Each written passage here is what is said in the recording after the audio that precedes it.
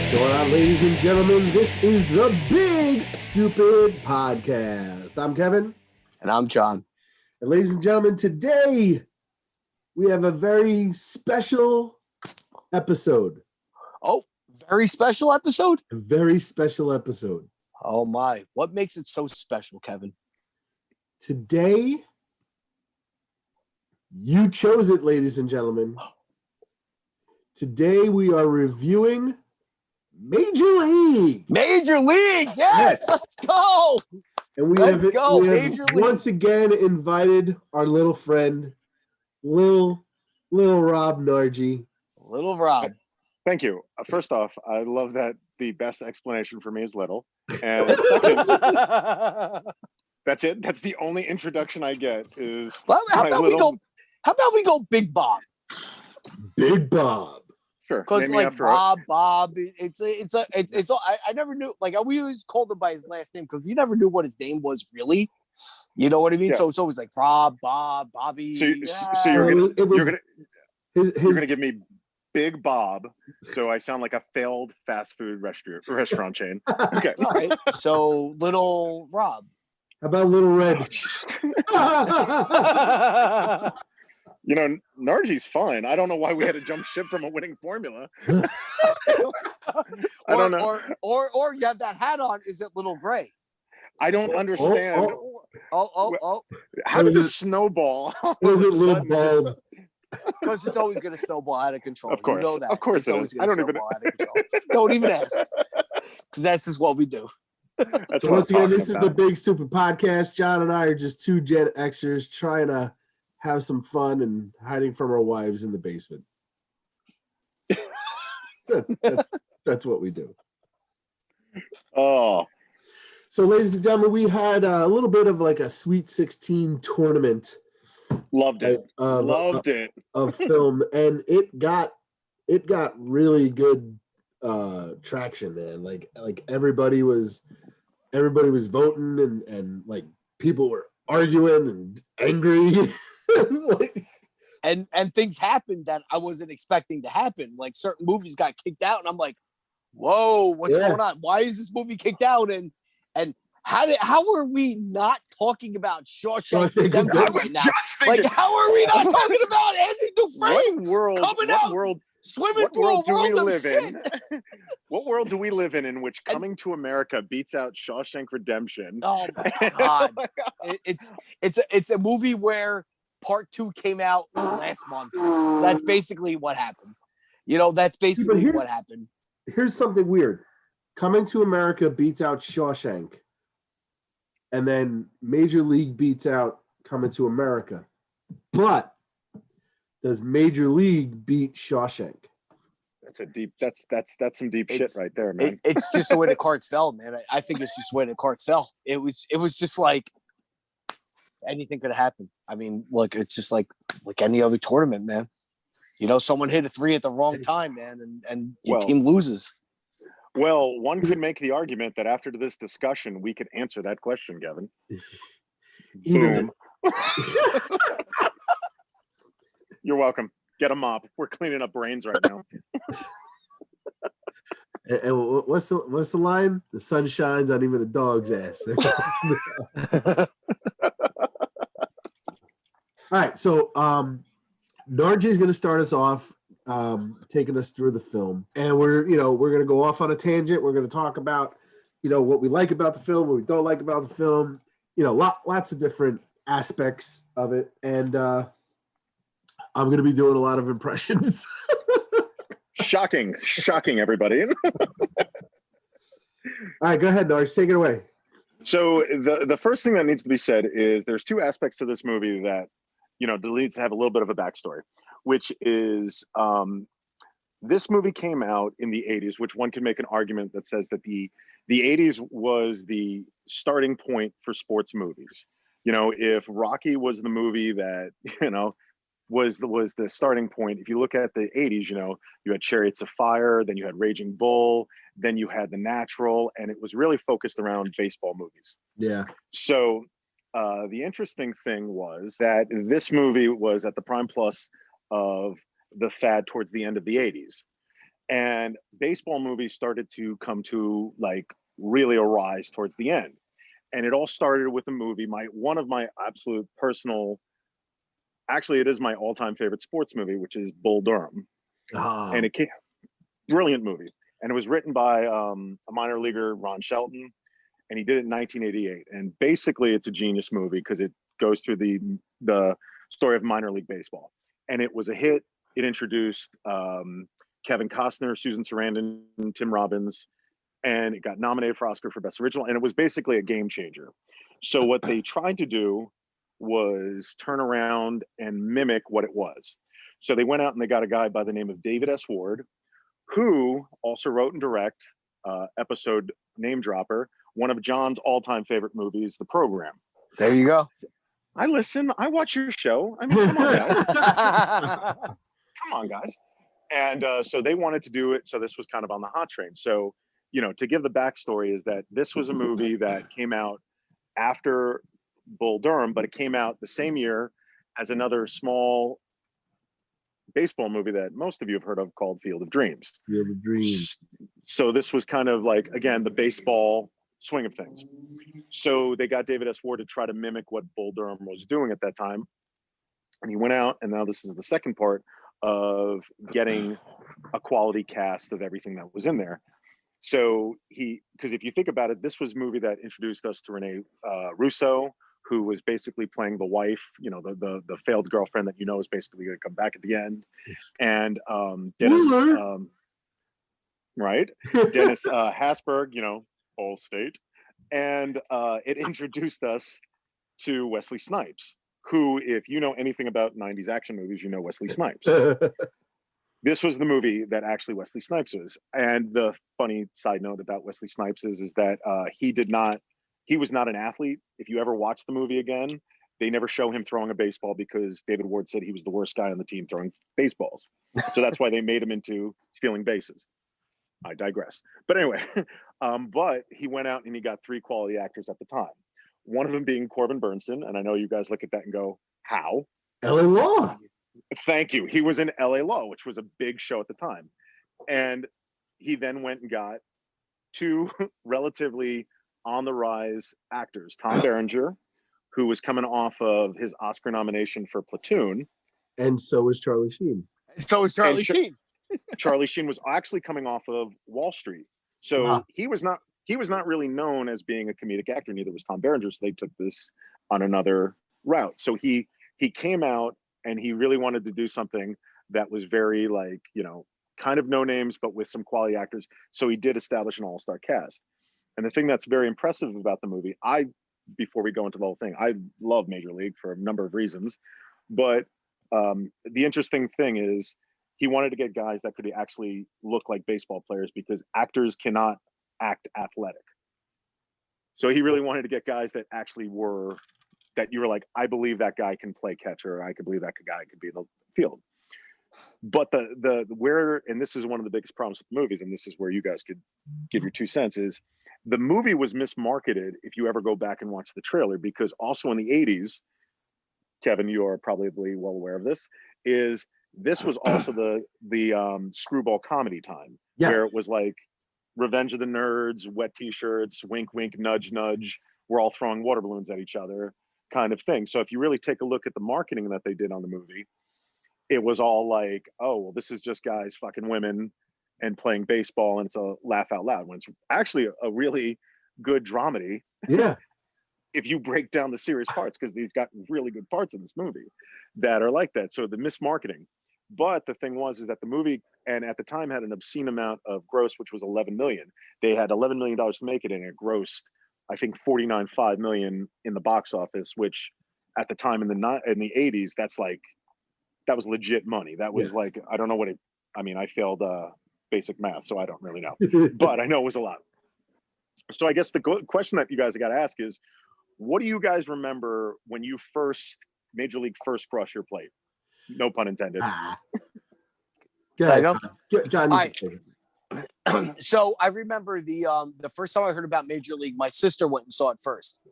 All right, and she came home. Your sister Jane? My sister Jane. Oh, cool.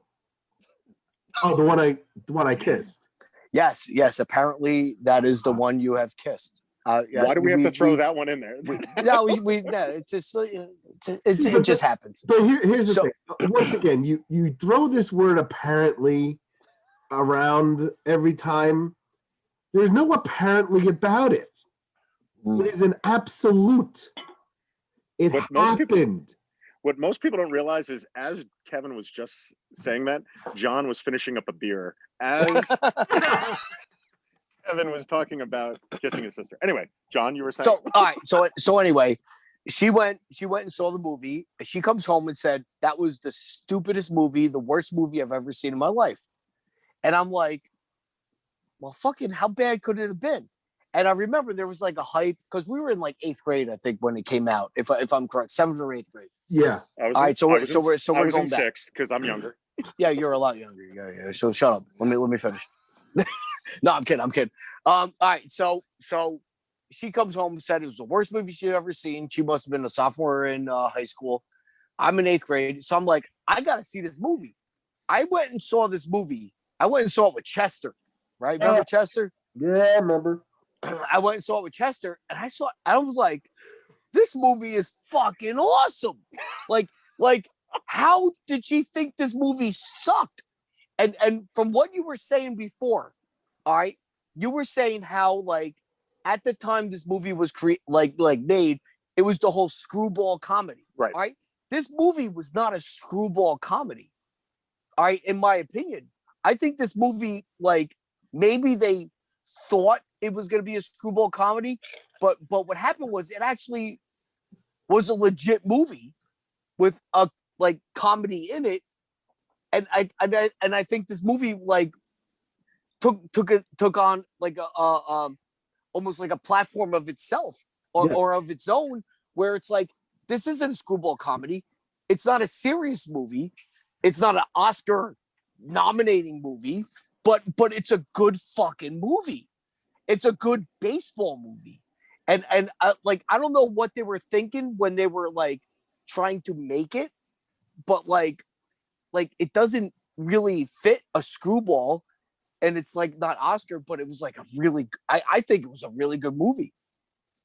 Yeah, if you go back to YouTube and you actually watch it and you watch the trailer of it, you're like, this is completely and utterly the wrong false advertising, because it has nothing to do with the serious parts of this movie. And there are countless serious parts that anybody can look at and go, well, that is way above and before any other sports movie we had. And it's but not. But I don't even want to say it's this. Sorry, Kevin. I don't want to cut you off. I don't even want to say it's not the serious parts. I just want to say it's like the movie just flows, man. Yeah. Like the movie. The movie just flows, and it flows in such a good way where it's like it builds upon itself, and like there's really good character development, and there's really good there's a really good story. There's a love story. There's so many different things that go along with it, where I think that like it just, the movie like takes care of itself. So I'm sorry, Kevin, I didn't mean to cut you off, but no, that's all right. The even the funny parts of it, it's not off the wall, like kind of funny. It's smart funny. Yes. Yes, exactly. The sequel, okay. Oh. Major League 2, that is more screwball than the original is. Yes. And I mean, like, we'll talk about that at some point, I'm sure. But, Bob Uecker getting completely fucking hammered throughout the entire film, like all this other kind of stuff. But this is smart, witty, like, the comebacks are there, like they're really well thought out jokes, like well planned out and perfectly executed.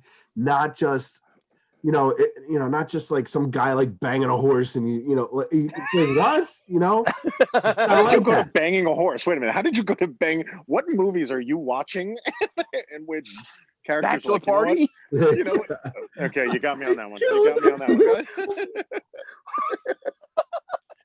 Right, but that's what I'm saying. It's not so crazy. It's not so off the wall. It's, the jokes are funny. And you know what's funny? One of the best jokes from the film is not even in the film. It was in the trailer. Really? Do you guys remember the joke? No idea. All right, so they're at the bar after Vaughn like throws a pitch and the guy launches it, right? And Vaughn's all depressed and they're trying to like cheer him up, and they're like, come on, like cheer up. He goes, I pitched a ball, the guy hit it, and he goes, it hasn't even landed yet. And one of them goes, come on, that ball wouldn't have been out of most parks. And he goes, name one. They go, Yellowstone. That was in the movie. What? It was. That was in the movie. That was after they played the Yankees. It was in the movie? Yep. Yeah, that was in the movie. How did I miss it this time? No, that was definitely in the movie. Oh shit.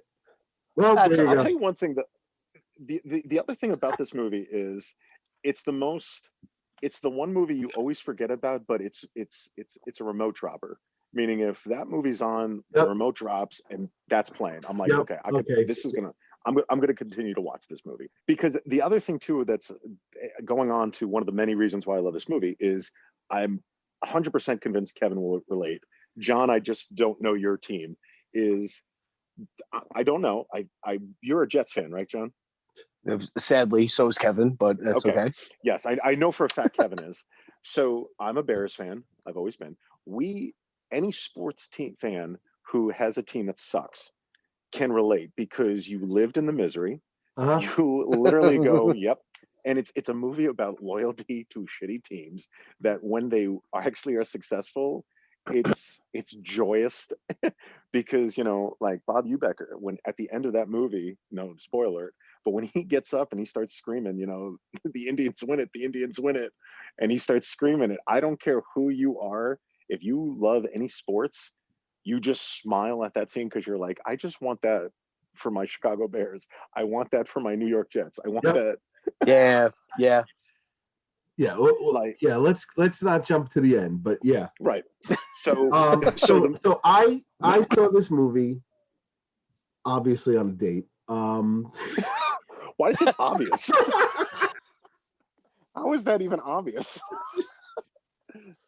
Well, because no name drops. Yeah. Fucking girls love baseball. Yeah, so I'm gonna take this chick to the fucking major league instead of some fucking rom-com where I could get some puss. But I'm gonna watch the Cleveland Indians fucking win the pennant.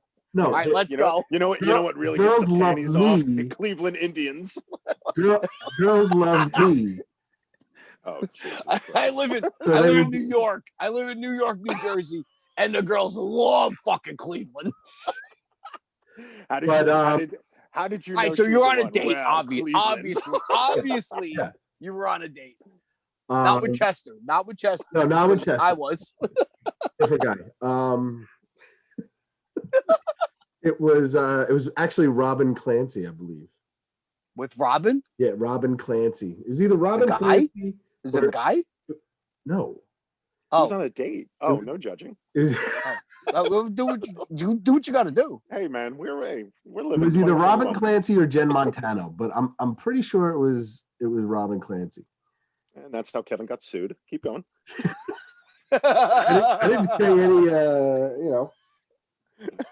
didn't say anything false and didn't say anything derogatory, except for the fact that as your lawyer, I advise you not to mention any more names. except for the fact that she was with me. I remember watching it, and I remember thinking how funny it was, and kept my interest the whole time. Like it was really good. We both had a really good time watching it, and it built up and it built up and it built up. Again, I don't want to jump to the end, but at the end, when they start playing the song, all right, I know what you're talking about. The place just goes nuts. The audience, we just go crazy, and like the whole place is rocking, like as if we were there. You know what I'm saying? And I just remember how it made me feel, like the whole time, and it was awesome. It was awesome. Well, you know what's funny? You know what you're mentioning at the end of the game, like it really feels like your team, like as you said, yes, your team Yep. hanging on every pitch in playoff baseball. Like, listen, baseball sucks. Like, I'm not gonna lie, it sucks to watch. Like but like playoff baseball, when you're hanging on every pitch, Yep. it is awesome. Like, it's absolutely awesome when you're hanging on and the whole crowd is stand up and no one's sitting down. Yep. And you're just waiting for that.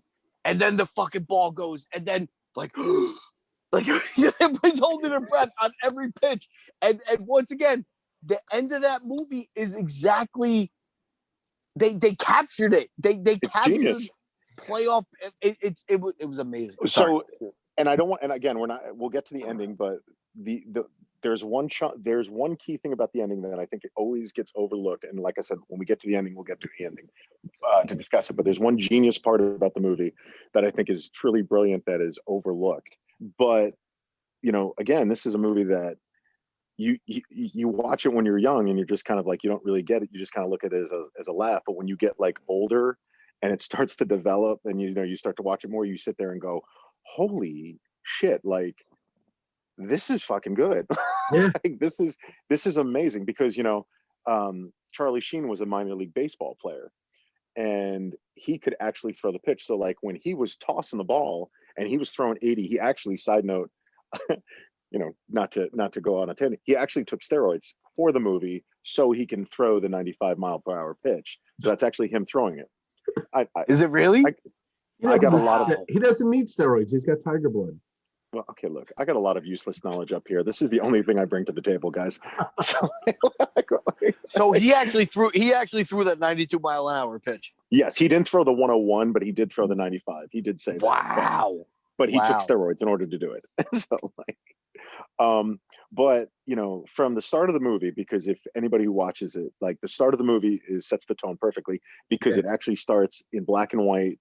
And it starts with newspaper clippings and it goes through the history of the misery of Cleveland, about how Cleveland could not win. And it goes through like decades and decades of just losing and losing and losing. And the song is perfect. Yes. The song is perfect.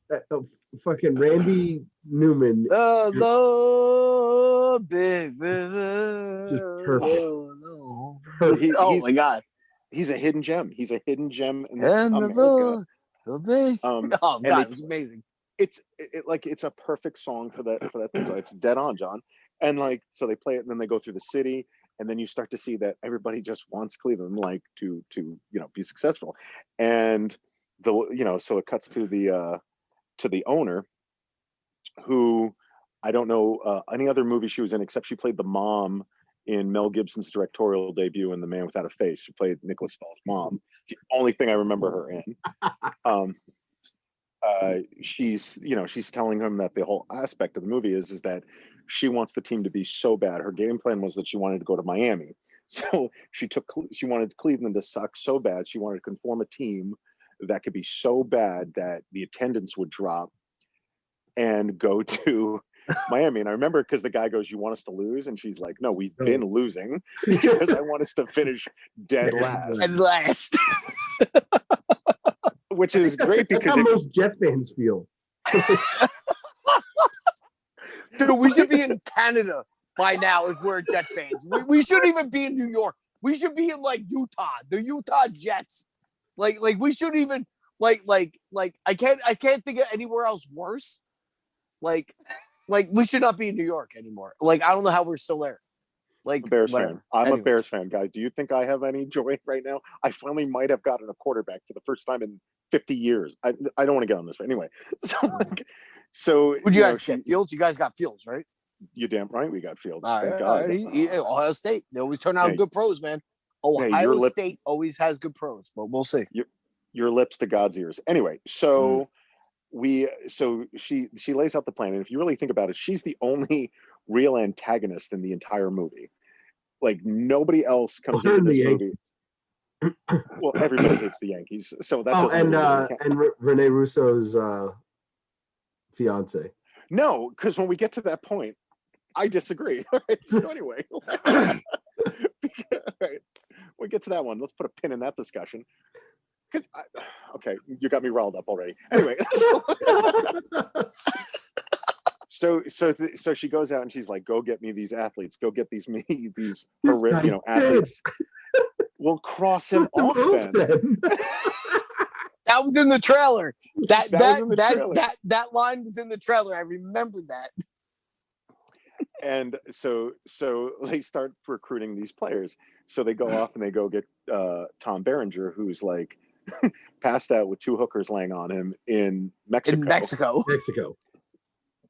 And he doesn't even believe he's getting the call. And then they go try to call up Charlie Sheen, and Charlie Sheen, who's just like, "Can you make it a spring ball?" He goes, "Yeah, I don't know if I can make it that way." And turns out he's in prison. So like, you really get like the cut of everything here. But the best, and I hate that I'm literally setting Kevin up for this, is they call the manager, Lou, and they ask him if you want to, be the manager. And he literally pauses and goes, "I don't know. I got some guy talk." Go ahead. I don't know. I got 2 guys here looking for some white walls. So the sheer notion of managing Cleveland Indians is like second to like drywall. The guy's selling tires. The guy's selling tires, and he's like, "Yeah, I'll get back to you." Which is hysterical. Which is how bad that is. And oh my god. So as she's bringing them all in, then you start to see like the introduction of all the players, and that's when you start to get you get Tom Berenger to show up and dressed completely as if it is 1988. Oh my god. And then he was in fucking Miami Vice. It was the white jacket, the t-shirt and jeans. I was like, and the aviator glasses. Oh god, Tom Berenger. One of our hidden gems. Anyway, but now he looks like he ate a human being because anyway, he gained like 200 pounds. But and then they brought in Serrano, played by David Hasselhoff. What's that guy's name? The guy who plays in the Allstate. Yeah, him. Which is ironic because he from this movie, him and Charlie Sheen got along, and he wound up casting him in the action movie Navy SEALs. That was like a year or 2 later.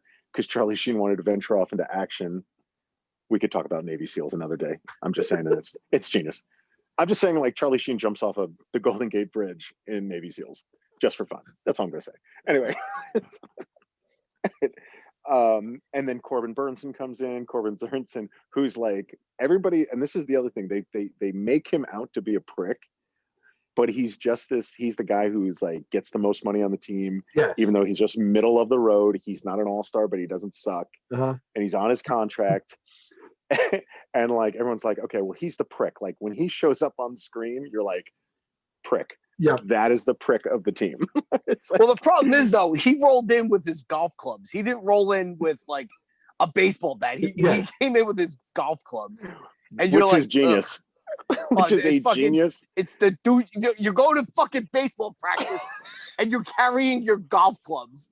Like that's how shitty he is. He's an asshole. That is the most genius character choice there is. That he's going to spring training where he knows he's made the team, and he goes in between training. I'm going to play a round of golf. That's how genius that is. And then Go ahead. No, go ahead. And then. The world is introduced to Wesley Snipes at this point because Wesley Snipes was only really known for 2 things at this point. He was known for Wildcats with Woody Harrelson and Goldie Hawn, the football movie that came out earlier, and the Martin Scorsese video direction of Michael Jackson's Bad, where he's actually the bad guy in the music video Bad. So this is the only thing. So he got a letter of recommendation from Martin Scorsese to play Willie Mays Hayes because he says he runs like Mays and hits like Hayes. And the genius thing is like he rolls up with all this like this big car and all the suits, and the guy's looking goes, I don't even have him on the roster. Which again, if you look at the 80s going, how the fuck did he get past security in that regards? Yeah. But the best is they left him in the parking lot. What I liked about the introductions to everybody was like it was like rapid fire, and it wasn't like everybody didn't have a fucking origin story. It was like, yes, it was like a quick, like, oh, he was in the California Penal, like, all right, like, and each character, they weren't just fucking loony. Like, Tom Berenger is the journeyman. Like, he's been around, he's been on a bunch of teams, his knees are bad, like he's busted his ass his whole career, and he's never fucking made it yet, and he's just hoping for that one shot. Like, that is half the guys in the fucking major leagues, and I thought that was awesome. Corbin Burnson is the other half of the guys in the fucking league, like everybody that, like, they have money, they get that one contract, and they just fucking sit back and kick back and collect. You have Martin, you have Wesley Snipes. Charlie. Oh, you have Wesley Snipes, who is young, arrogant, like eager, like just wants to get out there and show what he could do. Like, he wants to be in the fucking Hall of Fame. Like, you just know that, like, he thinks he's going to be in the Hall of Fame, and that's every rookie. Like, he's a rookie and a half right there, and then when Charlie Sheen comes in, he's the same way, but he's a different type of rookie. All right. He's a rookie who has a chip on his shoulder. But it's weird because he has a chip on his shoulder in a way, but he also doesn't. Like, he's the kind of guy who's not going to take shit from anybody, but he doesn't walk around looking for it. Like, he comes in riding a motorcycle with a garbage bag over his shoulder. yeah, that's his luggage. Yeah, That's that's his everything he's wearing owned. a leather vest. It's fucking great. but like, And they're like, who is this fucking guy? Fucking guy. The best. They're like, look at this fucking guy. But Dorn picks a fight with him.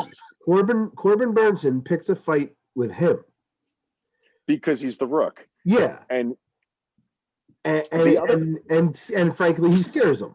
And so Corbin Burnson picks a fight with him. Now, when Tom Berenger goes over to him and introduces himself, he extends his hand, and Ricky immediately turns around and shakes his hand. It wasn't like he just was like, "Who are you? Don't shake my hand. I don't shake hands." Like, you know what I'm saying? He wasn't that kind of guy. right. So, And now, going just back for 1 second about what you said, the other genius thing about the introduction of the players is every single one of them, you don't get an origin story, but every single one of them is perfectly casted in it. So, like, when you see like Serrano show up, you're like, yep.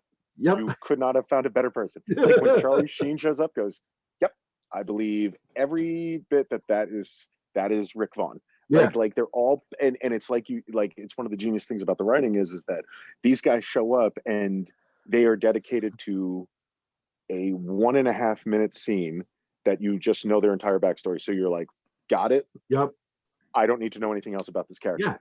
Yeah. And then when you get the dynamics of what actually takes place in the, not even the locker room, but like in the spring training, yeah, in which Corbin starts picking on Charlie Sheen, and you're like, I know this prick probably has done this countless times every year to somebody. And Burnson and Tom Berenger looks at it and goes, "This is my role." And it's very similar to Kevin Costner's character in Bull Durham when he had a mentor. And the greatest part about it is that, like, a majority of these guys, this is their first season, but the one person he doesn't fuck with is Serrano, because Serrano steals his like fuzzy like golf club. Yes. Hats for bets. Keep bets warm. because the other genius thing about Serrano that we didn't mention is that like his niche is just like, well, what does he believe in? And he goes, voodoo. And it's like, and you look at him going, yeah, that Yep. makes perfect sense. Yep. That guy believes in voodoo. And you know what's funny too is that watching this movie, I remember going, oh my God, Serrano is fucking jacked. Like he's huge, And when I'm watching the movie now, I'm like, wow, he looks like a typical baseball player from the 80s. Like yes. he was skinny, like, and it's so funny thinking back then that he was a beast, and looking at it now is like, well, not that big. Like I've seen bigger, but for the time he was jacked. Because there's that actual one scene in the movie where he's actually curling the bar with 45 pounds plates on it, and you're like, oh, like the other brilliant part about casting is just like you look at all of them and you're like, yeah, I'm not fucking with Serrano. Serrano is the guy that you're like, yep, I'm not fucking with him. And then they go from the clubhouse in which you're like, okay, so we're all establishing who's going to be doing what with where, and then they go out to spring training, and that's when they initially start to see who these guys are. And the side note is like when Wesley Snipes gets on it and he flips the bat and it falls right down, you're like, okay. No, it was great. Dude, he was all about flash and show, and he's like, and the first thing he does is drop the bat. So, directing dude, point. That's a big pickup, because that's hysterical. Genius. So in real life, what happened in real life is, like I said, Wesley Snipes was not a baseball player. He was actually not very athletic. So when he hit the ball up, he did that actually in the filming. And David Ward goes, well, I now know what your character is going to do for the first 20 minutes of this movie. And he just kept hitting it up. And he's just like, that's your character. Your character can't fucking hit. But you know what's funny, though? You know what's funny about that? When he hit the bat on the plate and it bounced up, the assistant coach just like turned around and like threw his hands up in the air as well. And once again, it was so well put together. And we've been saying this all along, that how well this movie was put together, that he hit them and the guy's like, oh, he just turned his back. I was like, oh my God. The assistant coach is Steve Yeager, and he's an actual Major League Baseball player. All right. But hysterical. So absolutely hysterical. So you're starting to cut to each of their characters. So now you're taking a look at exactly what they bring to the team. So when they cut to Tom Berenger and he's behind the plate, I remember watching that going, I totally believe Tom Berenger played in the major leagues. Like the way that he had the stance, where they called the second base, the way he threw it, the way it was just like I said, you cannot act athletic. And there are very few actors that can turn around and be like, I totally believe that. Like, I totally believe, like, it's not like where it's like, oh yeah, Freddie Prinze Jr. is throwing fastballs on the mound. Like, oh yeah, I believe he's that guy. But like when Charlie Sheen wound up and threw the ball, you're like, that's perfect stance and everything.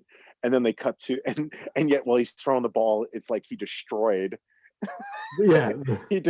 the model, which again is complete 80s because they had the cut out of the batter and it was beaten to hell from all of his pitches. And then they cut to Serrano, and because the other thing that's amazing about Serrano, and I forgot about it, is just like, how the fuck did this guy fall through the cracks in everybody? And it literally cuts to the scene where he starts smashing him, and Lou goes, Jesus, this guy hits a ton. What happened? And then the breaking ball hits, and he misses it. And he cuts right to the managers and goes, oh, fuck. All right, it's enough of the fastball. Hit him with the breaking ball. Same thing. And it cuts to him, and he hits himself over the head, and he goes, stupid. He goes, coño. He fucking straight ball hit very good. Curveball bats are afraid. I give Jabul rum. That's fucking so funny, man. So again, oh my God. This is then segues into them going into and then it cuts to Corbin Burnson, who's like, I'm not doing push-ups. I'm not doing it because like Lugos is just like, you ever mess a grounder again, don't give me that Olay shit. Because he goes, you miss a grounder, you do it. And he goes there, and he goes and grabs his contract, and he goes, hey Lou, he goes, just so you know, my contract says that I'm not allowed to do push-ups. And Lou just drops his contract. What do you think of that? And he drops the contract and he takes a steaming piss on it right there on the thing. And you look at Corbin going, okay, well now again, perfectly casted because Corbin was an absolute asshole. Yeah. Like you could not find a better person. And then this is where it starts to get legitimately impressed. This is where it starts to impress me as they go into the locker room and they're all exhausted. And he's like, damn, he's just like, and they're all exhausted. And they go to the lockers and Tom Berenger sets the thing. He's just like, oh yeah, he's like, red card. And they're like, what's a red card? And he said, well, red card means you just got bumped down to the majors and you just died. And Charlie Sheen goes to reach to his locker and he goes back and sits back down. He goes, don't worry, nobody gets cut on the first day. And the genius part about the movie is he never opens the locker. Is he sits right back down. He's like, no, I'm good for right now. But you actually look at it from a standpoint of going like, oh shit, like now they're playing for their careers in this sense. And it kind of brings back the humanity of just saying, well, this is now not just so much of a throwaway serious moment. This is like, or like a once over. It was legitimately like saying like, oh fuck, weird. Some of these guys are going to be like cut. Yeah, so they're going to be gone, Yeah. And Tom Berenger, when he sits down and he goes to open his locker and he's like, come on, it's only your career. Yes. He goes, it's just everything you ever wanted. Yeah. And he looks it up and he sits down. Fucking awesome. Go on. He's like, come on, Jake, it's only your life. Yeah. I think he said something like that. It's only your life. But so again, you kind of go through it. Then it goes into actually like, preseason where they're actually playing teams, and like again, Serrano can't hit the breaking ball, and then like Willie tries to steal because Willie's just like, I'm going to steal bases, like that's his thing. Yeah. And he slides and he's like still 5 feet, and you see the second baseman going, Come on. Because again, it's not like out of the blue.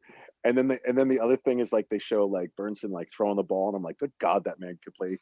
And they show the collision at the plate, so it's actually like realistic that takes place. That you're sitting there going like, okay. And it was right around this moment of the movie that I turned around going, this is like a legit comedy that is so realistic that I'm surprised that this movie has not set a standard for like, because we really never seen a realistic sports movie comedy, if that makes any sense. Prior to this, I can't think of anything off the top of my head. Prior no. It's hard to think about, but like once again, this is that movie. It really is. It's one of the genius things about this movie is that you never get a movie that actually turns around and has these dramatic moments. And again, we'll get into a couple more because there's like couple scenes that's actually amazing. And I use that word actually. There are amazing scenes that it twists it to comedy. But this movie is the movie that sets off like Necessary Roughness, The Replacements, The Mighty Ducks, like that, those kinds of films where you have the ragtag team, and they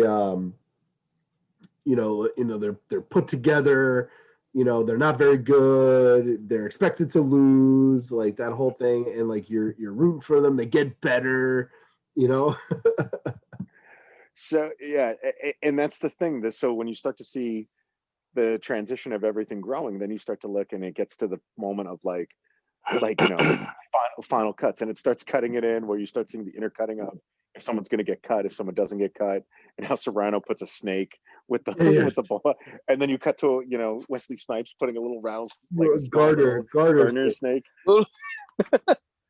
But like, so the part, going back to what Kevin said, is that when it gets down to final cuts, and again, it goes to the genius of it. They go to a guy, Gentry, and he opens his locker and he sees the red tag and he shuts it, and you turn around and you're just like, oh shit. And you know what's funny? Gentry, they flashed his name so many times in like montage play where it's like, oh, fucking Gentry's gonna make it. Yeah. He was totally, I don't even know who the fuck he was. He's the Star Trek red shirt. Yeah, he was just some guy. He couldn't make the Indians. And then Tom Berenger opens up his locker and he made the team, and he looks over to Serrano, who's got like the voodoo headset. He's got the gigantic python, and he like. Oh yeah, it got bigger and bigger and bigger every time Serrano was gonna do something.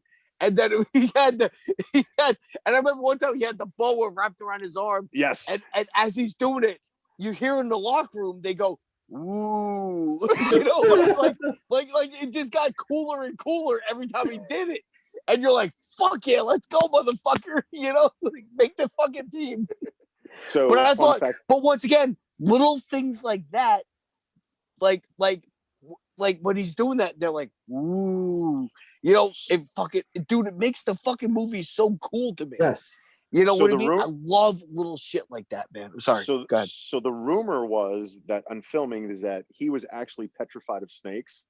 So if you actually watch it when he pulls back the snake, how slow he actually moves the snake back, because he did not know what the snake would do. So if you ever watch the scene again of how slow he actually moves it back, he was actually petrified of snakes. And then you kind of get Wesley Snipes, who when he opens his locker and he swings it, it's literally everything that every one of us would have done, which is I can't look at it.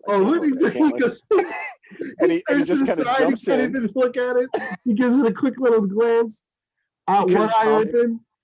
Because Tom Berenger turns around and goes, "Listen, if you do it, get out of the locker room." And again, this is the genius part. He goes, "Leave the locker room because some of the guys just died because they just got cut back to the Mangers." So he just walks. So he sees it and he sees no tag. So he just kind of looks and he walks out.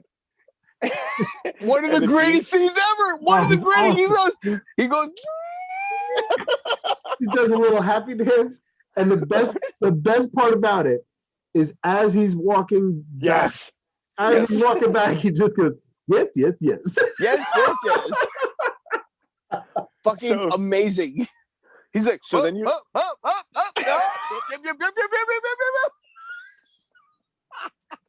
So then you cut to like Charlie Sheen, and Charlie Sheen literally does this thing. If you ever watch it, is Willie leaves and he follows Willie, and then as soon as Willie's turns, he immediately turns his attention back to his locker. So they kind of pause that and they check on Willie. So he's literally sitting there staring at that locker, getting his motivation. He drops the bag, opens that thing up, and boom, he sees the red card. And the way they shot it was genius, because they literally just cut Charlie Sheen's face with a small corner of the red card. They shot it from inside the locker, and you can see it, and they shot it from behind the tag.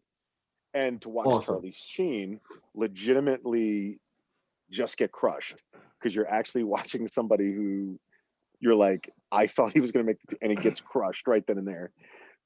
And he then proceeds to go to the manager's office and literally lays fucking mind. And lays into him.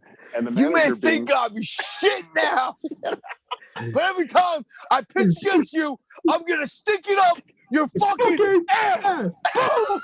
Fucking throws the fucking ball. Oh my god. Ricky, I think somebody's been having a little fun with you. But any other manager would turn around and be like, snap on him. He goes, good. I like that in a player. He goes, the problem is I didn't cut you. I think someone's been having fun. And you immediately go like, oh. And then they immediately cut to Corbin Burnson. He just launches himself. So the funny thing about it is if you ever rewatch it, this is the worst part of the movie. Is they hired the two stunt doubles that don't look anything like Charlie Sheen and Corbin Burnson as they're getting in this fight. And if you ever watch it again, they dive over a bench, and you're like, really? Like, you didn't really have to shoot that one scene. But the other thing too is that if you ever watch this back when it was playing on television, when it was edited, because all they just doing is just like say fuck a lot in the scene. And he's just like, real fucking funny. Yeah, he can't make a fucking joke. I wanted to tell him. I wanted to talk about that because the argument is like, John, you played sports. Narg, you played kind of. Okay. Thank you for that.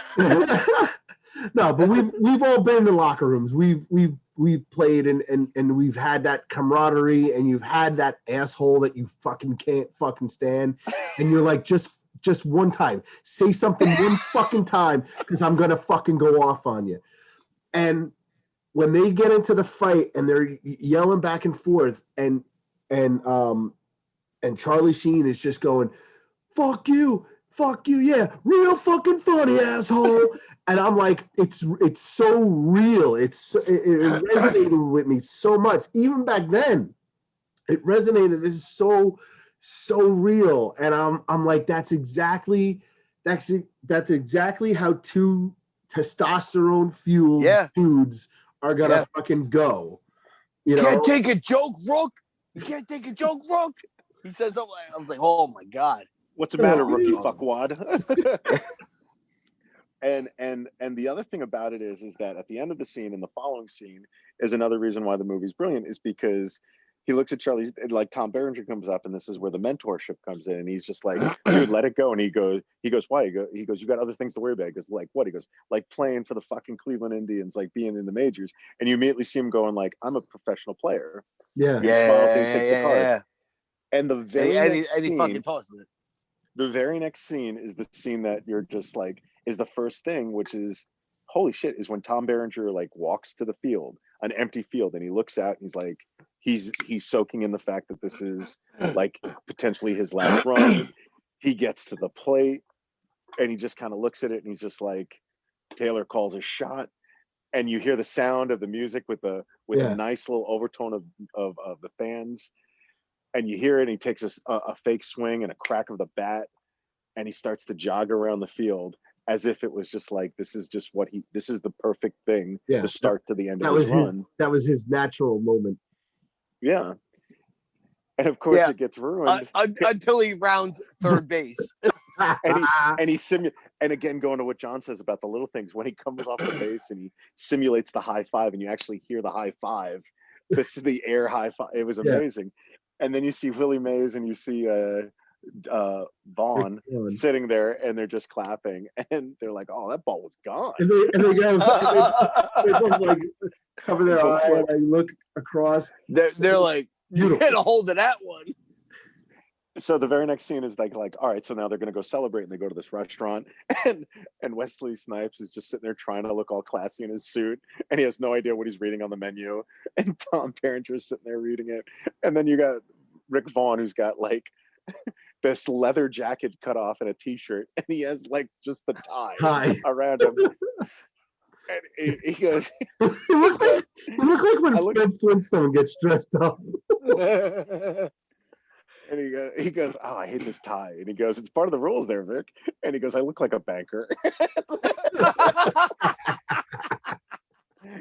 and then he's looking at the menu, and then Willie Mays says something to the effect of, what does this mean? He goes, never mind, I'll order. And he never looks up from the menu. And like, I think the genius thing about the choices that he makes is he's seen it all. He's answered all these questions before. He's done this a million times. And then they order the champagne. It's literally that moment of realization.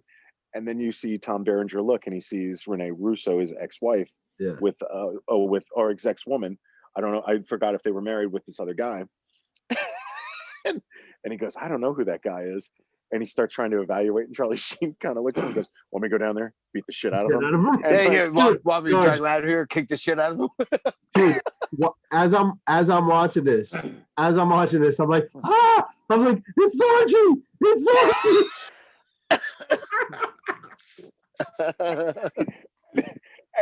and Tom Berenger doesn't blink. He's just staring, and Charlie Sheen goes, want me to kick the shit out of him? And nobody answers, and Charlie Sheen just shakes his head no. Like, okay, I know, okay, no, I won't go do it.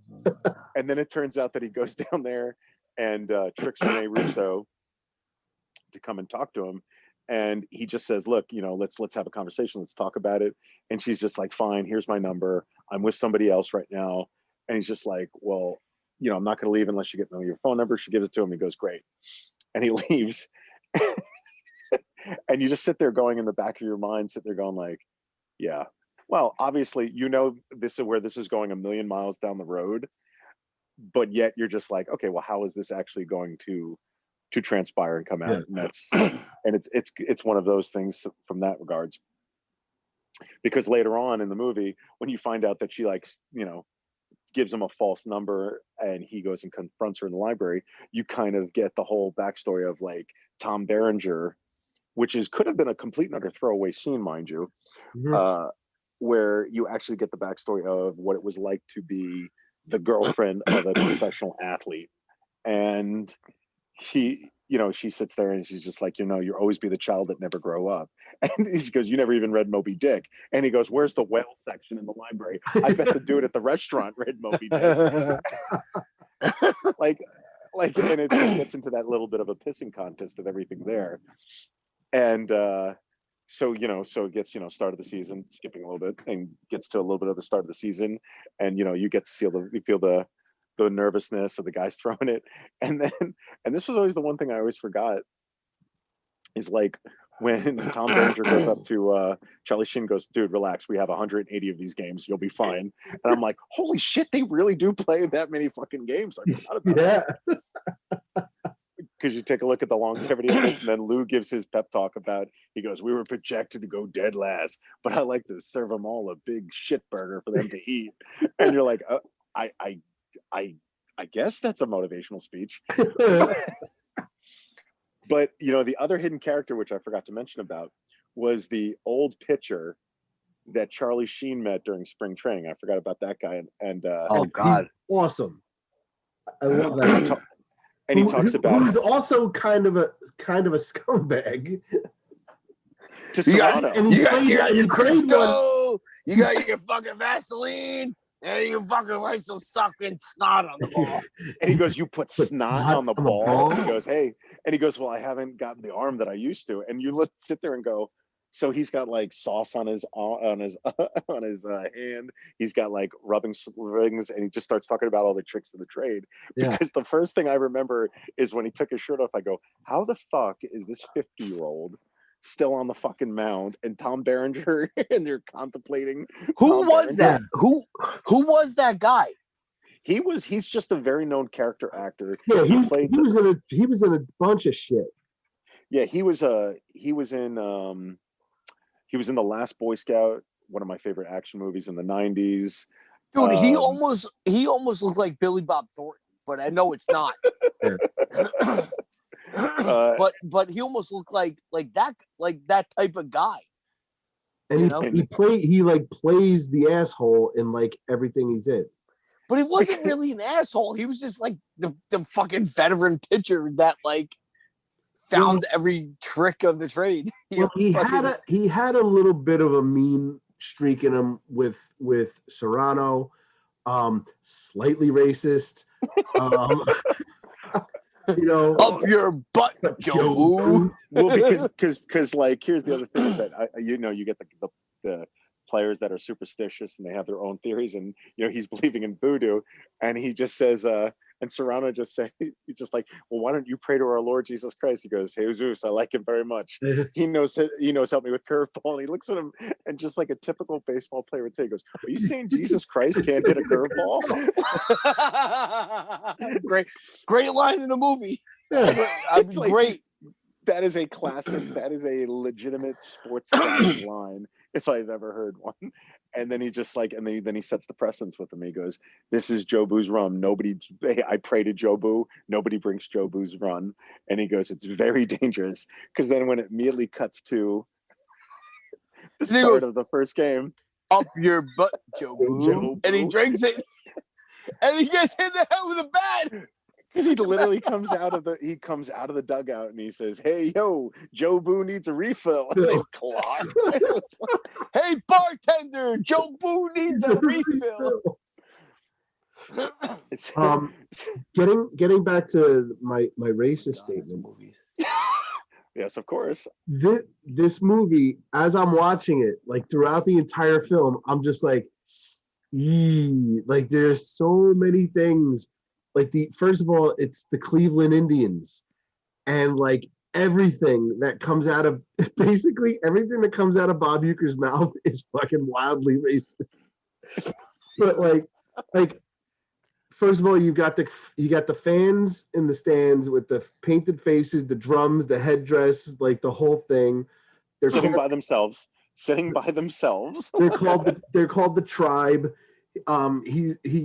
He's like the teepees off the every time he hits a home run, it's off the reservation. It's happy hunting ground. Like I was like, oh my god, like every racist like Native American thing you could say, he was just like spewing. And it's not like he was, I mean, he's not racist. I'm not saying he it's not like he was putting them down. He was just using that terminology that is not really appropriate anymore. Well, nowadays it's not appropriate, but like back in the day, that was the terms that they used. Yeah, that because that's why they were called the Indians. It was like all those things they were saying was like. But I'm just saying, if you made a movie about the Cleveland Indians today, you're not going to say you're not saying any of that stuff. No, absolutely not. Because you're going to get canceled. You don't want to get canceled. Bob, it's Bob crazy. Uecker would not say any of that stuff. So you get Bob mostly because he's dead. Oh, it's so sad. But is he dead? This is Bob Uecker. He was 175 in the movie. What do you think now? Oh, Jesus Christ. That's terrible. Well, the thing about him too is that's another guy that most people tend to forget because he was known for two things, which was Bud Light commercials. Yes. And he was in a show called Mr. Belvedere. And he was world renowned as he was one of the most celebrities that basically was very adamant that he was a male guy who admitted he got plastic surgery a lot because he always felt like he always got his face stretched out. But anyway, I digress. But here's the thing too. He was the announcer of the game, and the thing that's genius is it's brilliant casting because the second he starts talking in the mic, you're like, I completely believe this man would announce every single Cleveland Indians game humanly possible. But what wasn't he an actual? He was an actual commentator, right? Yes. And they got him to do this because, they pitched him on the idea and he's like, yeah, I'll be in a movie. That was one of those. But yeah, he was actually a very renowned broadcaster. But I mean, having his voice as the backdrop of this film was, like you said, fucking brilliant. Like his voice gives you this. I don't know about anybody else, but at least to me, his voice gives me this comfort, like gives me like this like everything's gonna be okay type of feeling. Like I don't know, man. Just listening to that voice was like home. I can't even describe it. It's one of those things that you sit there and like. Going back to what Kevin said earlier when we started talking about the movie is like it gives a more credible and believable aspect to the actual game where you're not having like people talk. It's literally he is commentating through the whole thing. That's step by step, like when he throws ball 4, ball 8, ball 12. And then they cut the trash machine and you could just see him. He goes, fuck. And it just says it so perfectly designed in that sense, in that regard. He walked the bases loaded on 8 to 12 straight pitches. Right outside. Yeah. Just a bit. And then like because they're playing the Yankees and Charlie Sheen gets up and he just he throws this punch right down the middle and the guy who was like known as you look at it and goes, all right, well this is the prick of the Yankees. Yeah, this is Don Mattingly basically. That's what they're saying. The mustache and everything. And he goes and he gets to the plate and that was the other thing is the interaction between the players and the catcher where he's just like, hey, how's your wife and my kids doing? And you're just like, okay, I get it. This is exactly realistic. And when he swings on one pitch and he swings and he crushes it and you hear Bob go, oh boy. And you cut to the fans and they're like, no, too high. Too high. Because when a home run is up, the last thing you want to say is that ball's too high. It's not going to go. Yeah, who gives a shit? It's gone. It's gone. And he goes, "Oh boy." What do you think, Mommy?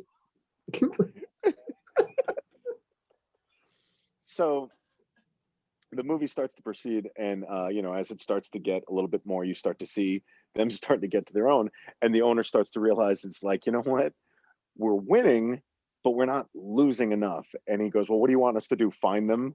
And the GM's like, well, what do you want us to do? Find them for good plays? She goes, no, we're coddling them. So she starts to now take away and give them the shittiest airplane in the history of possible. And they get them on the airplanes. Yeah, the airplane. Then they get rid of the airplane. Now it's a bus. So like she again, she's like the only real antagonist in the entire movie. But it kind of turns around on him. It's just like, all right, well, this is what unifies a team. And again, they don't do that, because if that movie was made today, they'd turn around and be like, oh, the general manager is taking away our stuff. This is how we became a team. Never happens in this movie. Genius part about the whole movie.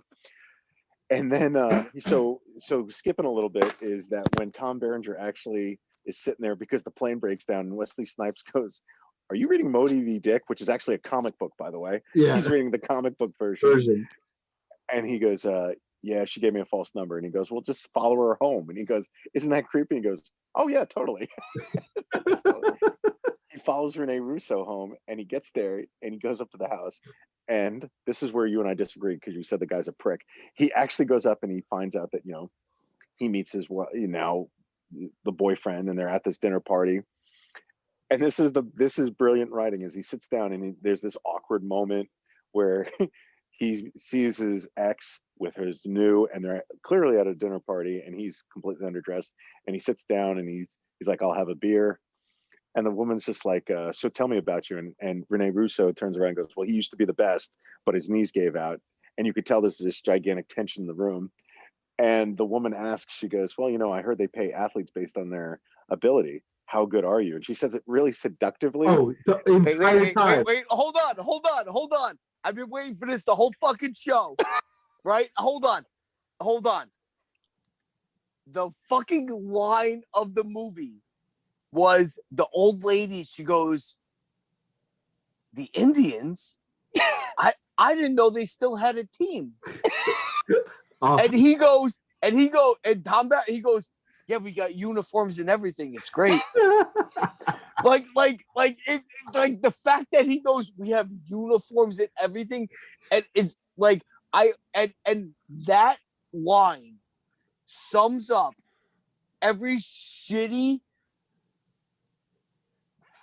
awful team you've ever been on, where it's like, do you have a uniform at least? And it's like, yeah, we got uniforms and everything. It's great.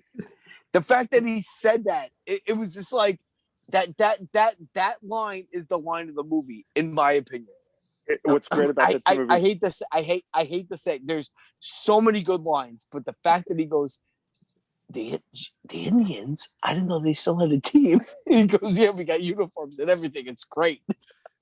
Because the other reason why that line is great, John, is because you've coached before, is like when you have somebody that shits on your team and goes, oh, you guys are, and it's the most typical answer, goes, yep, and we have a uniform and everything. It's like you literally answer it as a coach. You're like, but the line that's amazing about that is that the woman goes to Tom Berenger, goes, well, you only get paid based on how good you are. And she turns to him and she says, and how good are you? How good are you? And he looks at him with a smile and he goes, I make the league average, which basically like, I make the league minimum. It literally is the most prime plus way he delivers it. And now this is where Kevin and I disagree, because he's about to leave and he finds out Rene Russo is actually engaged to this guy. Wow. And the guy comes out and he goes, well, and Tom Berenger goes, oh, congratulations. He goes, yeah. He goes, well, I guess we won't be seeing much more of you now, will we? And he goes, stay away from my girl. And he goes, suck my dick. Suck my dick. You flip it to the guy's standpoint. It's literally like, this is my wife. You fucked up. Could you stay away from the girl, my woman, that we are about to be engaged? Why are you around? I don't know how you can consider him a prick. That this Major League Baseball player, because when he showed up at the door, he immediately said, "I'm going to embarrass the fuck out of this guy." Yes, I would do the exact same fucking thing. Well, no, he followed her home. Like he saw her in the stands, and he's like, I don't know where she lives. Give me the cart. So he followed her home in the cart. Oh no, that's later on. Little in the movie. did he know. Little did he know. That was later. That's later. Later in the movie. Was it? All right. Yep. But what I'm saying is that when Tom Berenger shows up, the guy answers the door, and the guy immediately is like, "I'm going to embarrass the fuck out of this guy." He did. You're right. I'm going to humiliate him. I'm going to bring him in here because he's not worldly like these people. You know, he's a scummy ball player. You know, he's uncouth. He doesn't know blah blah blah, and he's on a fucking shitty team. You know, so I'm going to he's at the end of his career. He never won a shit thing, and I'm just gonna let him fucking squirm for the entire night. Again, and then he asks some shitty questions he knows the answers to, questions he knows are gonna embarrass him. Again, he brought a guy in that fucked his wife and is trying to currently fuck his wife. Well, he didn't necessarily know that. I mean, yeah, the guy shows up at the house. There's no way he didn't know. What else do you think? There's no way. But because, go ahead. He could. Yeah, I used to fuck Jake Taylor. He could he could have sent him home at the door, but instead he said, "I'm going to bring you in here and fucking ridicule you." So, agree to disagree. Anyway, so when we, throughout the movie, so going back, then it starts transitioning into, Willie Mays, who's just like, I'm going to get 100. He's just like, my goal is to get 100 steals. Serrano still can't hit the breaking ball. And then Charlie Sheen turns around, and it turns out like Lou is looking at him going, okay, this guy's pitching everywhere but down the middle. So he kind of looks at him. He goes, oh yeah, take a look at the picture over there. And he kind of looks, he goes, you can't see, can you? And he's just like, we're going to go to get some glasses. And he gets some of these orange glasses. Like pink. Like these pink glasses. And he's just like, well, and then the old baseball pitcher, God, I wish I knew his name, turns around and goes, I had a pair just like him. And then you just look at Charlie Sheen go, oh God. he goes, he goes, I'm gonna go get a pair just like him. He goes, seeing's the important thing, and Willie Mays goes, it ain't that important.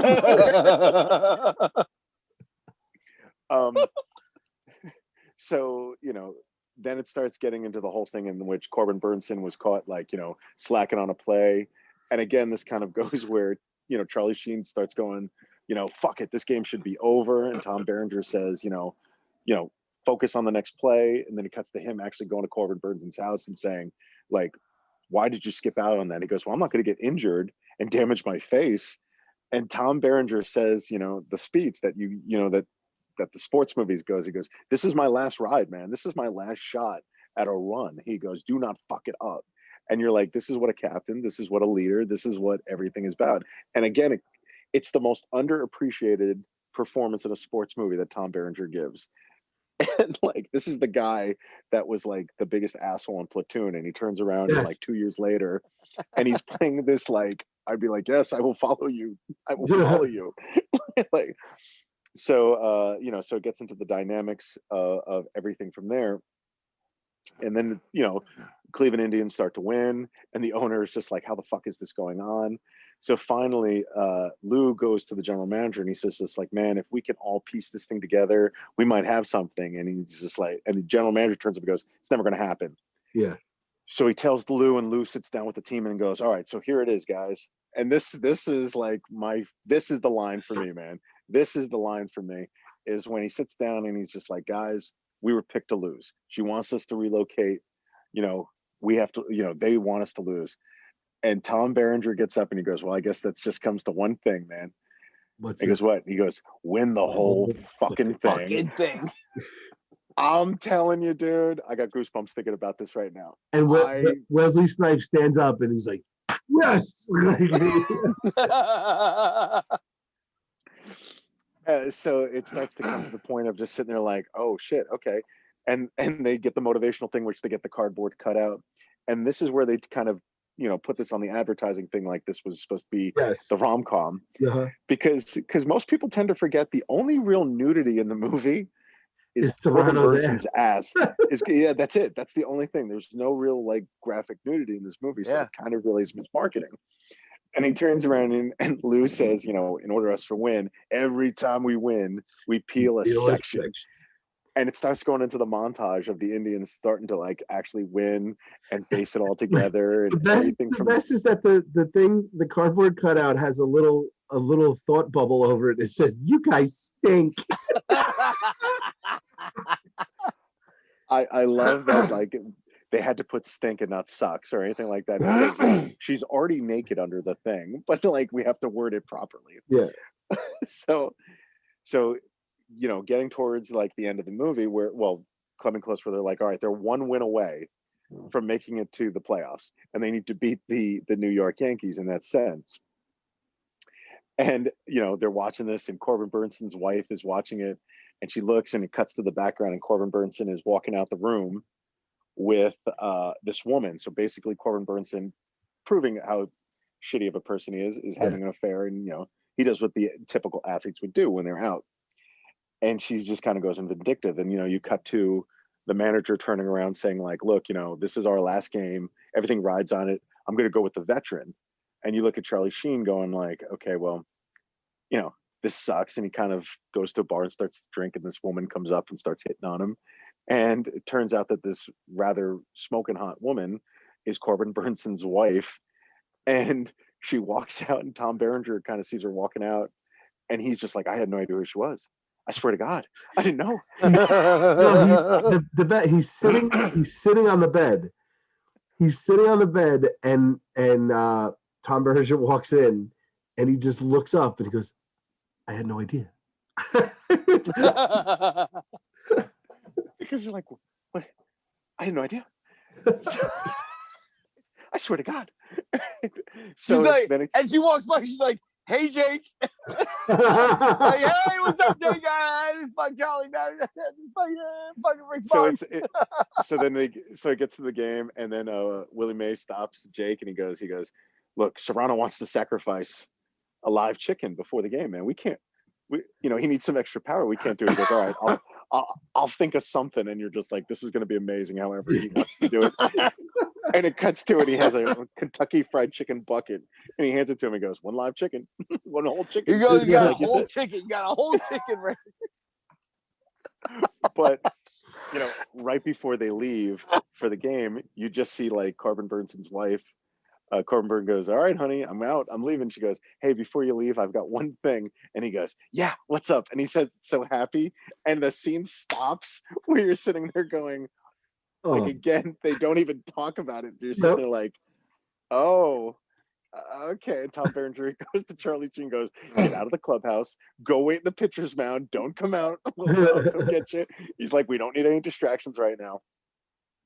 So here's where I think that this is brilliant, like parts, and where it gets to be absolutely brilliant is that like they get out on the field. You just see now the crowd is absolutely a sold out crowd. Everything has developed. Everything's there. The owner is just sitting there just like, this is the complete nightmare of what I wanted to do. Yep. I now have a successful program. It's almost like the movie The Producers, where like she wanted it to sabotage, but it turns out to be a hit. Yeah. And she's sitting there and they're celebrating. And they take the field, and when they take the field and the music plays and you see the crowd go nuts. Oh my God, it's fucking amazing. Like, you do not have to be a baseball fan to be like, okay, I'm completely on board with this whole like situation from there. But like the things that start to get is like the game starts going on, and they give up runs, and now they're done. And then Corbin Burnson like turns around, he's giving up the body, he's giving up the play, he's doing everything he can, and he starts getting momentum. And then Serrano gets up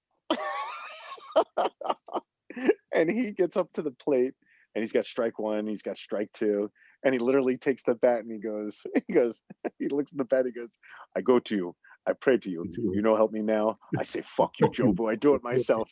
And that motherfucker takes that ball and hits that thing so far out of left field that he keeps the bat as he's And he running. runs with the bat the whole time. And you're like, oh yeah, this is how it is. And then they realize that they need to yank the pitcher. So this is where Charlie Sheen comes in. Now this is the moment that Kevin was talking about. That's in the movie where, you know, the pitcher is giving up 2 runs. They need a little bit of juice. So they're like, you know what, I think we're gonna call it. It goes Vaughn. And Tom Berenger goes, Vaughn? He goes, yeah, I got a feeling he's due. Would you just sit there and go, okay, I'm with you on this one. And then the next thing you know, you start to hear the Wild Thing. Yeah. And like the crowd starts going nuts. They start singing it. They start singing it, Wild Thing, You Make My Heart Sing. And the gate opens and Charlie Sheen comes walking out, number 99. Yeah. He starts walking to the plate. He's got the glasses. And you hear the girl go, I hate this fucking song. The way she delivers that line is amazing. Gets to the plate and he's just like, here we go. And he throws 1 strike. Hold on. Before that, the shot where he's got his back to the camera. Yes. He slams the glove. And turns around and it's like, it's just awesome. It's just awesome. He's like in the fucking zone, man. And he gets there and, you know, he's got the big home run hitter up on the thing. And he's got 1 strike. He's got 2 strikes. Then you hear Tom Berenger goes, we'll see what he feels about the old number 1. And he puts down the 1. And when he throws that strike, and like when he does a swing and a miss, and it's 101, and he throws the bat, it's literally, and the crowd goes nuts. You're just like, I literally lose track and go, this is a fucking game. This is not even a fucking movie, and I lose track of this. Yeah. And then, you know, Willie Mays gets on second. You know, and then Tom Berenger gets to the base, and you're like, all right, well, this is it. And this is where the movie gets genius on 2 levels. Is number 1 is, you know, he kind of signals to Lou, and Lou goes, that's a pretty damn good idea. And he kind of like agrees to it. Taylor calls the shot, and he bunts, and he's sprinting to first base. The music is it's slow motion. The music starts getting dramatic where you're like, this poor man, this is all he wants. This is his entire career. Him and his shitty knees. Him and his shitty ass knees. And he's screaming, he's sweating, he's basically giving everything, right? And he gets there, and then Willie starts to round to third. And you hear Bob going, he's just like, holy crap, they're gonna score, he's gonna win. And he gets there and he throws the ball back. And I'm telling you, man, every time I watch this, I'm like, I don't think he's gonna make it to first. And he slides and he just misses it. And I don't care what you are, where you are, when that umpire just screams, safe, he's safe. Bob Uebecker comes out, and I'm telling you, man, I don't care. He comes out and he's just like, when he screams, he's like, the Indians win it, the Indians win it. Oh my God, the Indians win it. He has that little bit of pause and the music plays and everybody chants. I was like, this is the part of the movie that's absolutely genius, is because any other sports movie would always be, this is for the ring, this is for the championship, this is for the trophy, this is for the only thing they're playing for is just to get to the playoffs.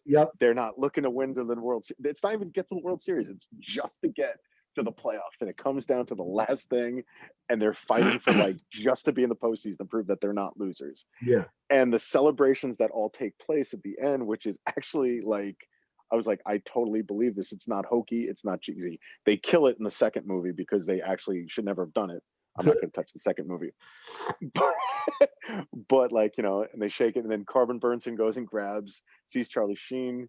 He gives him a gigantic hug, and then he like literally decks him right across the face. And he picks him up, and the two of them look at each other, go, yep. I know you and you know me. It was almost that movie like in Top Gun when Iceman and Maverick look at each other going like, yeah, you're a prick, but you know what? I'll ride with you any day of the week, right? It was that moment of the movie.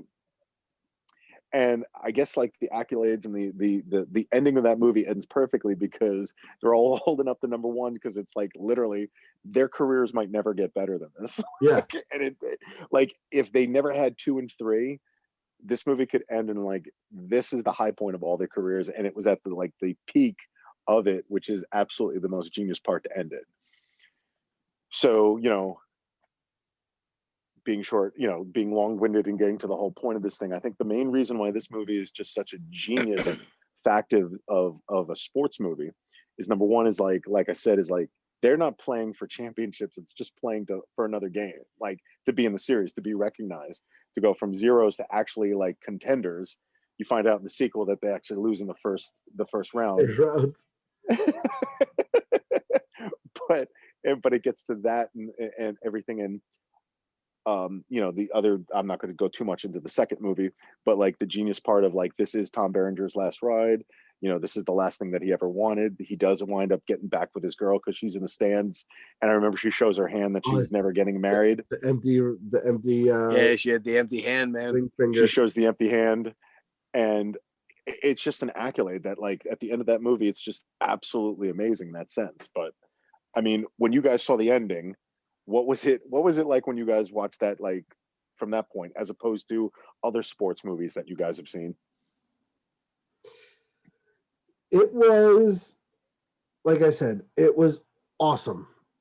Just the music, the cheering, like what I really liked about the scene between Corbin Burnson and Charlie Sheen was they seemed to be in this dome of people. Like they were like covered. They were like protected. Like nobody in the crowd saw that little like punch and hug and stuff like that. It was like they were in their own like little world, own little bubble. And I always remember that. Like it was so perfect. And when Rene Russo shows up, I wrote this down. When Rene Russo shows up, I'm not a big Rene Russo fan. I don't think she's hot. All right. But she, in that scene with her crimped hair and her denim jacket and whatever, dude, I was so turned on. Is this a hint to your wife? Like that was like my 80s girl, you know what I mean? Like that's what it was. That's a great question, John. Who was your 80s girl? Oh shit, I can't remember, man. Dude, It's been so fucking hell, 30 years, 20 years. I don't even know. This is a great topic to have on the next one. there was no 80s girl, but I will say at the end of the movie, I will say that like, dude, I really felt like I was watching a game. Like it was awesome. It was really like just like a cool, like way to end the game, man. It's like especially with like Wild Thing, pitching those, hanging on every pitch. And it really felt like you were hanging on every one of his pitches. And he busted out the fucking bully from the Yankees. And things like that. And it was just awesome, man. It was just an awesome movie. Awesome way to end it. All these cool things, that led up to it. It's easily one of my top 5 sports movies, and I could say that very, very comfortably. Like, if we were to compile a list of our top 5 sports movies, I don't know where it would fall on the list, but it's easily top 5 for me because it's exactly what you guys have talked about. Yeah. I don't know where it would be on your guys' lists, but for me, it would be definitely on the top 5. Dude, it's gotta be because it was epic. It's an epic movie, man. Yeah. Yeah. Yeah, definitely. It's definitely one of my top 5. Definitely. I mean, you gotta put Rocky up there and shit like that, but like you said, it's a complete, like.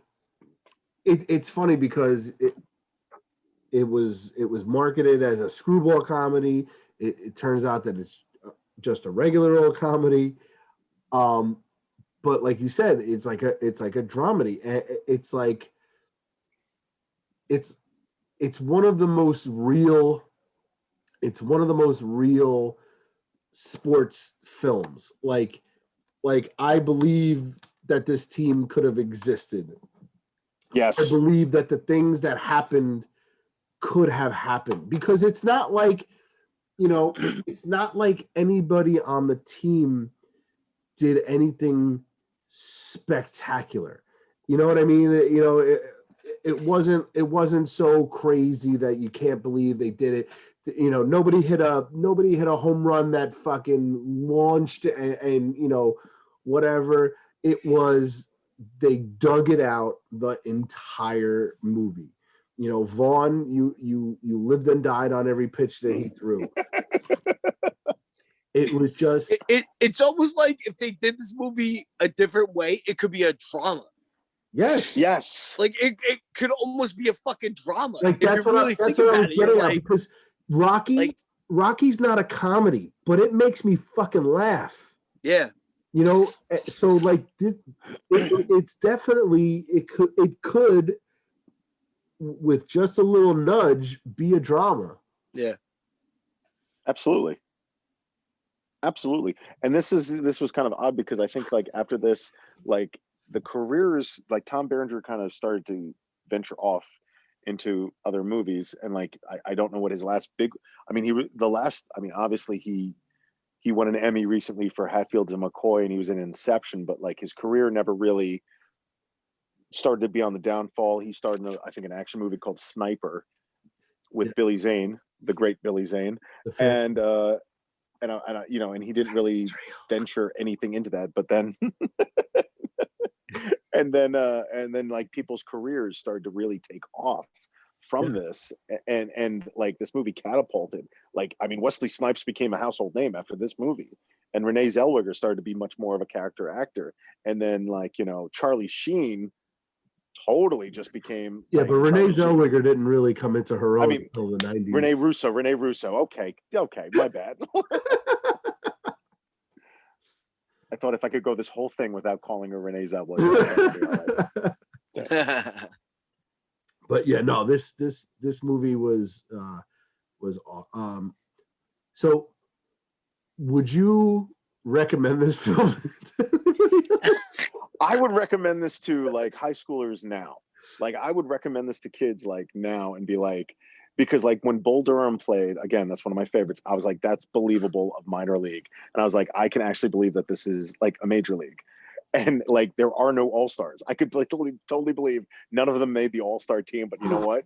They fucking all made it to the world, to the like the playoffs. I would recommend this to anybody watching. Like there's a reason why this movie won in the tournament. That's what I'm saying. Like this is a movie, like not to go all dramatic in this sense, but like the Indians won the tournament that you posted.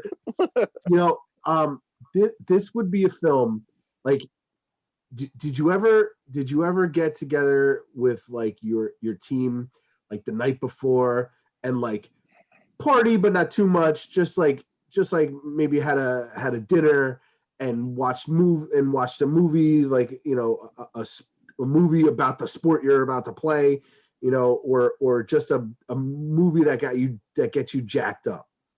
All right, this would be a movie that I would say watch this the night before you go play. Yes. And not that it's going to jack you up, but it gives you that feeling, that competitive feeling, that fuck you, we're going to do this no matter what, this is for all the naysayers and blah blah blah. It's funny because growing up when I was playing for North Arlington, my coach used to come in and tell us, he'd be like nobody believes that you're gonna win. Like everybody thinks you're losers. Like nobody thinks you're gonna win. All these newspaper articles like kind of kind of talked about us, especially in the beginning of the year, kind of talked about us as like this like laughing stock. And we were, because, and I'm talking my senior year. We were, because the year before we won like one game, but my senior year we wound up going to the States, and playing in Giant Stadium. And like that motivated us, him telling us everybody thinks you're losers, whatever. And we gave him like that fuck you game, you know what I mean? And this is that ultimate like fuck you movie. Like you put us together hoping that we were going to come in dead fucking last, and we shoved it up your fucking ass, I it's perfect. John, to you. Nah, man, I'm good. I think we said everything. I think we did. I think we all really truly enjoyed this movie. This is one of them movies that like originally was supposed to be something, and it turned out to be a completely different movie than what everybody thought it would be. And it holds the test of time. It's just a great movie. It's funny you said that, because as I was rewatching this movie, I'm saying to myself, all right, could this movie be made today? Is this movie still funny today? Like the jokes that they make or whatever. And because what I said in the beginning, that it's a smart movie. It's not just it's not taking topical shit and making it, making fun of it, whatever. It's, didn't talk about like fucking Reagan, like it was about sports. It was about team. It was about camaraderie. It was about, all of that. And it's just about being a man, being a guy, and that's where the humor comes from, and that's where the jokes come from. So that's not going anywhere. That type of humor and those jokes are not going anywhere. They're going to be funny today. They were funny 50 years ago. They were funny in the 80s, and it's going to be funny again 30 years from now. So when I watched that movie, that was something I kept in my head. I was like, is it going to disappoint me? You watch something when you're a kid, you love it, and then when you watch it later on, you're like, not what I thought it was. I built it up in my head all these years that it was like this great film, and this definitely stood the test of time. I think that's the case, and I think that when people started to vote for it, because that the way I looked at it too is that when the brackets came out and we posted it and you saw Major League, I think everybody was like, "Oh my God, I forgot about Major League. Yep. I forgot about that movie." And then when it started to win, and I remember when it started to get toward the end and we started the voting, because I was convinced Shawshank was going to take the whole thing. Me too. And then like when I saw Major League, I was like, I get to watch this movie. I just hope everybody who's listening just is going to turn around and go, you know what? I'm going to rewatch that movie because I haven't seen it in a while. Uh-huh. I'm going to throw that bad boy on, and I'm going to realize why I love that movie so much. And that's like, and by the way, who's the one who picked it? Because you never told who picked what movies. I think I might. Or is that like? No, I think I might have picked it. Hold on. Of course. I'll go back into my. I'll have to go back and see, because I don't know. Oh, it doesn't matter. All right. I'm very curious. Here was my pick: Caddyshack, Animal House, Big Trouble in Little China. Oh. Red State, Galaxy Quest. I love Galaxy Quest and Red State. It's probably me then. Oh, you picked it. It was me. Me? Yeah, it was John. Great pick, John. Great job, John. Great job. Because of course Nargi was Shawshank, Silence of the Lambs. All different genres, by the way. I picked everything from a different genre, my friend. Predator, Alien, and Coming to America. Hey, I'm 1-0. Let's go. You were then John. Let's go. 1-0, baby. Let's see. Let's see. Fear Fest, Old School, Gremlins, Deadpool, and Major League. Hey man, the next time we pick our 5, man, we'll see whose movie makes it to the final, man. Let's go, baby. I love it. I love it.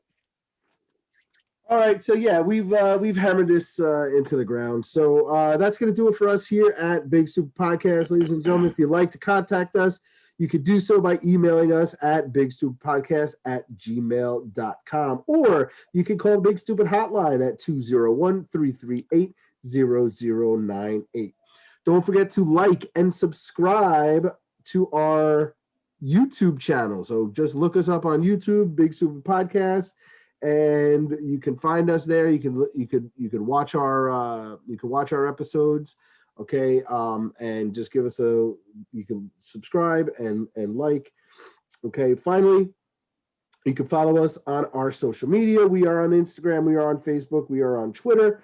All right, you can find us at Big Super Podcast on Instagram and Facebook. And on Twitter, you can find us at Big Stupid Podcast. But once again, on Twitter, there is no I in stupid. Once again, ladies and gentlemen, I want to thank Rob Nargi for joining us one more time. Thank you very much. Always a pleasure. All right. Anytime. Anytime. And guys, it looks like you guys really enjoyed doing the whole tournament thing. So we think we might keep this going. So we're gonna try it next month. Okay, we're gonna do one more next month, and see where it goes from there. But you guys seem to enjoy it. So we're gonna do it at least one more time. Tell your friends about us. All right, tell them what you heard here tonight and what you heard each and every week. We drop our episodes each and every Friday at 8 a.m. Eastern Standard Time, wherever fine podcasts are found. So until next week, John, you got anything else you want to say? Hey, have fun, everybody. Have fun. You've been listening to the Big Stupid Podcast, presented in part by Anchor. Interested in becoming a podcaster like us? Anchor has everything you need to make a podcast, all in one place for free. Check out Anchor.fm today. Our theme music is licensed from BKFM Music Production through Audio Jungle. Visit AudioJungle.com for all your royalty-free music and sound needs. Further promotional considerations provided by Powerbar. Guests of the Big Stupid Podcast receive no compensation for their time, opinions, or any half-baked theories. If you think you can handle being part of the show, visit our social media sites and message us, or email John and Kevin at bigstupidpodcast@gmail.com. Not good enough for you? Okay, Mr. Big Boy Pants, you can call 201-338-0098 and leave us a message, and maybe we'll play it back on our next episode. Participants waive all rights to anything resembling coherence and or common sense. The Big Stupid Podcast is a production of Party Boss Productions Unlimited. No portion of this podcast may be repodcasted or otherwise transmitted in whole or part without the expressed written consent of Jen. It's on you to figure out which one. Good luck and have fun.